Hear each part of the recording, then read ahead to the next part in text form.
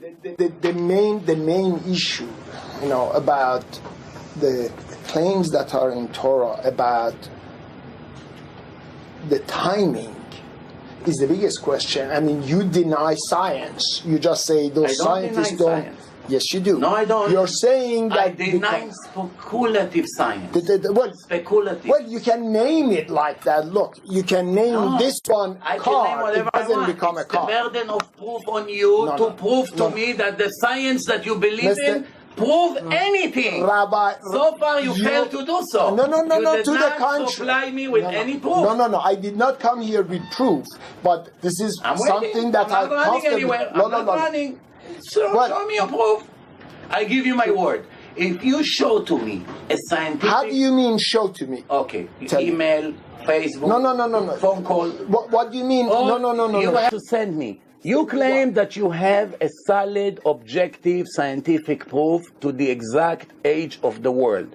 Not based on carbon dating, which is speculation, or based on extrapolations. Because that's how they measure. No, but that's speculations. What? That is not speculation. That's science. Do yourself a favor. Put in my website fingerprints of the creation by Robert Gentry, and you'll never dare to ask this question ever again. I promise.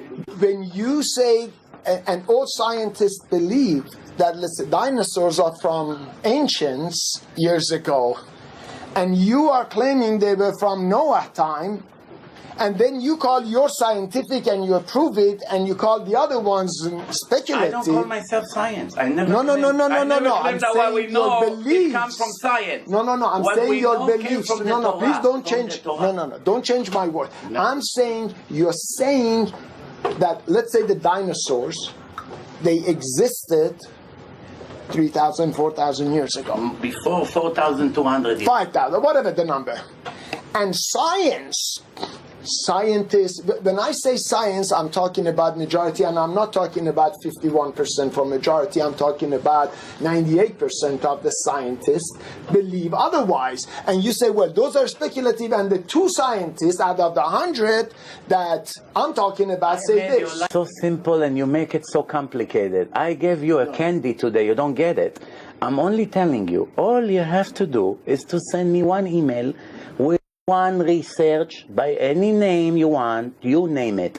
Scientist X, Scientist Y, University X, University Y, that proven ever the age of the world, and the argument is over. That's all. What do you want more than that?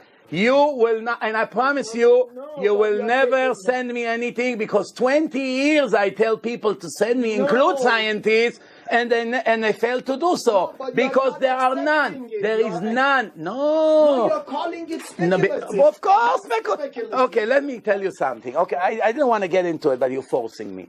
Do you know how they calculate the age of the world? What's the 3 most frequent methods that the scientists use to calculate the age of the world? I know about carbon.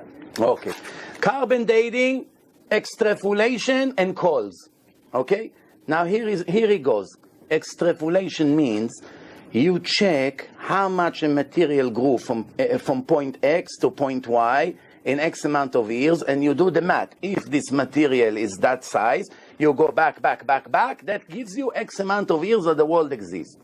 Carbon dating, it shows that every 683 years, the carbon-14 is doubled inside the object. Which means carbon dating, if you know, by the highest methods that they ever found, there are a few problems with this speculation. One, in different parts of the world, the formula is not accurate. Depends if it's cold, if it's hot, if it's frozen. That's one thing. Second, when God created the world, there is nowhere in the world or nowhere in Judaism that he wrote to you with how much carbon-14 he created each material. That's where the scientists are forced to speculate, and each one puts a different number, and they all come with different conclusions. That's not science, excuse me. That's speculation. You and I can do the same thing. I encourage you. Look. These are all the science. All of these scientific bases are used to advance Earth. and humanity. I gotta tell you something. You have to. I don't want to insult you. It's not my nature. I don't like to be, God forbid, dirty or to make you or to insult you. But I have to tell you one thing. You a very nice human being, nice, charismatic, smart. You read book, everything. I give you all the credits. But one thing you don't get. There's one thing you're missing here. You coming to argue with me about science. You claim that science already proven the age of the world. I say to you, science never proved anything. I'm doing it for 20 years on a weekly basis. Science never proven. Do you think I'm going to be such a fool to stand in front of millions of viewers that will watch this debate, and I'm going to say to you, science never proven anything for 20 years, and I'm going to finish my career over this not relevant issue, which is not even contradicting the Torah? It would be a lot easier for me to come and tell you, you know what, you got it, the world is billions of years old. What does it have to do with God and the Torah that you and I has to keep the Sabbath, which is an eternal covenant between us and Him to make us Jewish and to belong to His nation? What does it have to do if the world is 5,000 years old or 5 billion years old? It's not relevant to the issue. The only reason I went with that is because I know I'm 1,000,000% right and you are not right because you missed few points. Now, I ask you right now, and again, I'm not trying, chas v'shalom, to insult you. It's my last thing on my mind. I ask you if you know how the scientists calculate the age of the world, and with all due respect to you, you didn't even know. You only said that you know about carbon dating, and you also did not know how carbon dating works. You should have known that carbon dating, it's a proof that the world is only maximum 25,000 years old. If you did your homework, carbon dating only proved that the maximum object that they found, based on that the world is maximum 25,000 years old. So the last thing you want to bring into the debate is carbon dating. I was expecting you to tell me extrapolation, codes, all kinds of other things which already goes into the billions. You chose out of the three methods the worst one. That is very close to me. But that's not the issue. That's the issue. You come in the name of science and you give inaccurate science. In the name of science. I told you I'm ill-qualified to speculate on scientific findings. I clarified that one at the beginning. I agree. Okay. No. Wait a minimum amount of knowledge when you come to a debate. I will not go to argue about medicine and about brains with doctors that do brains because I know I'm not in their level. I'm not going to argue about computers because I don't know that much about computers.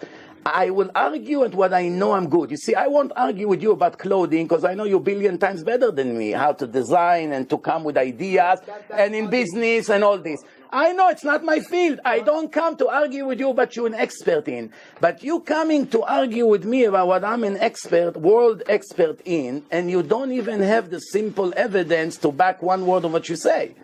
I'm telling you. Absolutely not correct. You didn't even know how the scientists calculate the age of the world, and you already claim that it's been proven. It's not been proven. It's recorded. No. It's not been proven. You are not accepting that finding. I want to ask the audience, is it fair if I ask him to send me one email? Absolutely. One email to prove to me that the scientists actually prove, not speculate. Speculation I can do and he can do. Prove. Prove means 2 + 2 is 4. Proving means if there's 1,000 people with headache and each one of them took 2 Advil, 990 of them, the headache went away. Oh, now we're talking. We see it helps. Without it, the headache stay by everyone. When you give it to 1,000 people, 990 reported that they don't have headache. Now you begin to talk about objective science. So we know that 99.9% of the people, Advil will cure their headache. Not cure, but will take away the headache. That's called to prove. You're not giving me proven. It proves. You're giving me all kinds of names that scientists throw, and it's not a proof. Look, the simplest thing that you and I talked about, let's say the existence of, let's say, dinosaurs for that. All scientists collectively, they opened up museums and putting it, but you do not accept their logic. No, I think dinosaurs existed. Yeah, I know, but they do not say 3,000 years ago. They existed millions of years ago, and I know for sure that they existed. How do you know? Because I tell you. Very simple. No, I tell you how I know. I'm not a scientist. Without the Torah, I would not have a way to know 99% of what I know today. Why? All I have to do is to prove that the Torah could not be written by a human being, and the one that wrote the Torah is God. From that moment on, I don't even have to use my head. All I have to do is to read what God says in His Torah, and I know it's a fact.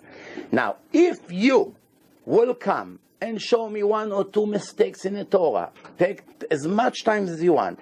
You point at one verse in the Torah and you prove otherwise, you won the argument. What? No, take your time. Take an expert. Take an expert. Sit with it. Find me, to do search in the internet. Find me 1 mistake in the Torah, 1 mistake in the Mishnah. That's what the timing of it. Find an expert. Pay someone $1,000. He'll do the research for you. You have to understand one thing. Wait a second, but you are not accepting it, Rabbi. Sure I am. Find me 1 mistake in the Torah, me and you will go to McDonald's on Yom Kippur.